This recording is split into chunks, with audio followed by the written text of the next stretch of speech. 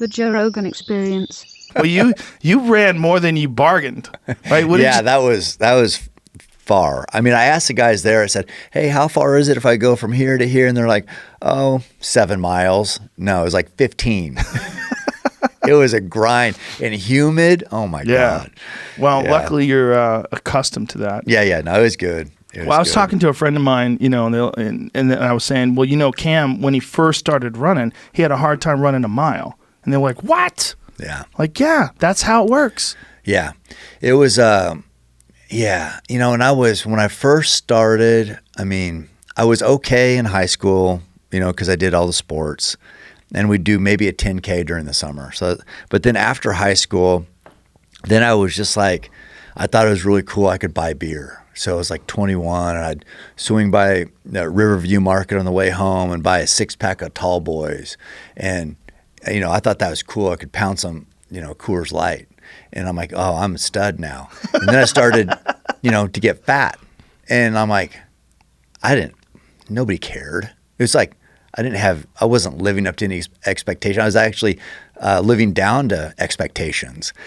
And so I went through a phase there where I was just like not healthy. I was still hunting, but no real sense of, I don't know, I wasn't accountable for anything or to anybody, didn't have any high expectations. So I'm like, whatever. And I remember I signed up for the Butte to Butte 10K, and I got there to 5th Street Public Market. It's about 5 miles. I had another mile left, and I quit. And I'm just like, this sucks. And so that was, I think from there, I'm like, nobody feels good. You don't feel good when you're in that place. So it was a slow grind, but I got to where I just kept doing more and more and more. And then I did my first marathon like in 2002. When you quit the next day, how shitty did you feel? I felt shitty all the time. So it wasn't like, it wasn't, I was living with 4 guys, and we'd just drink beer all the time. And, I remember this one guy got DUI, like 2 DUIs in 3 weeks. I think both in my truck. At least I wasn't driving. I would never drive, I never got caught. But it was just stupid. So it was just like another disappointment. It didn't stand out. It was just, there was no success. No. It was just, I don't know. I didn't have anything going. It's like, and that's where my life was. So it's just like. What changed? I don't know. Something must have changed, because now you're running 240 miles. Yeah. You're probably the most successful bow hunter on the planet Earth. That's a giant. You have 800,000 Instagram followers. Something fucking changed. Like, what changed? How did it go from you being this guy who quit after 5 miles and you're drinking beer all the time and you're hanging out with a bunch of ne'er-do-wells? Yeah. And then all of a sudden you are an inspiration to millions of people. Like, what's the shift? I think having kids, so got married, and then Tanner was born in 93. And then it's like, man, it's not cool being a loser dad. No, that's not it's one thing being a loser dad, because now I'm affecting other people's lives. And so I'm like, I thought,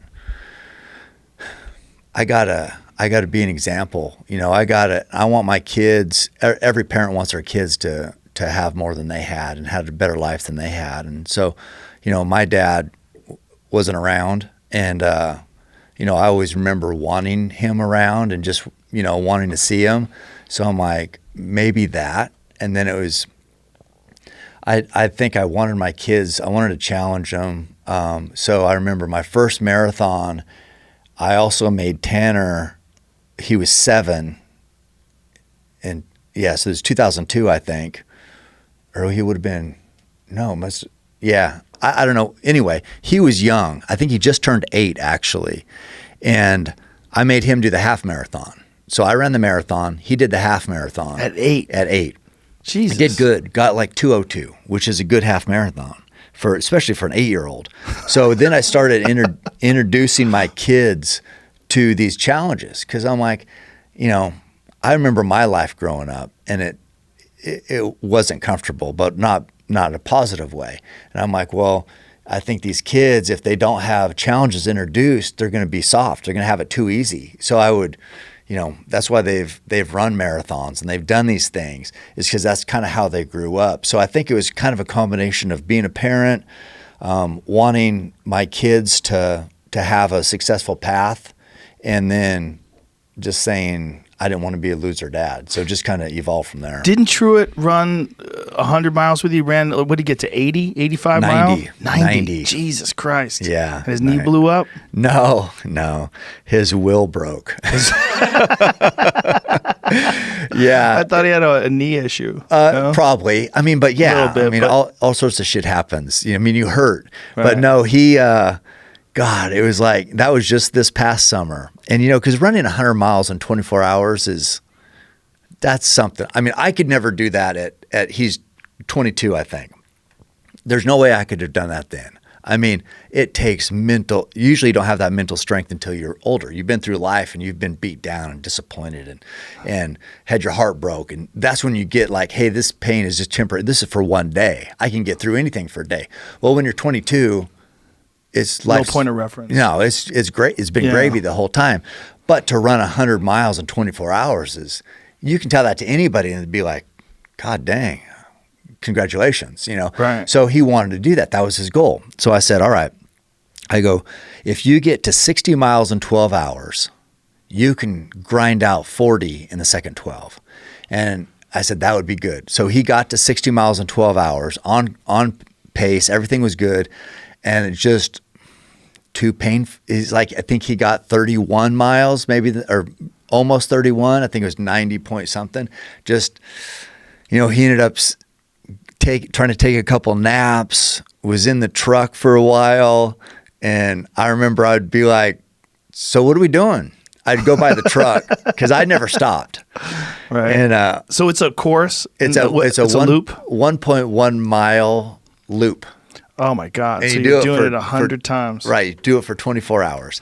And so I'd come by and I'd give him a little while to chill out.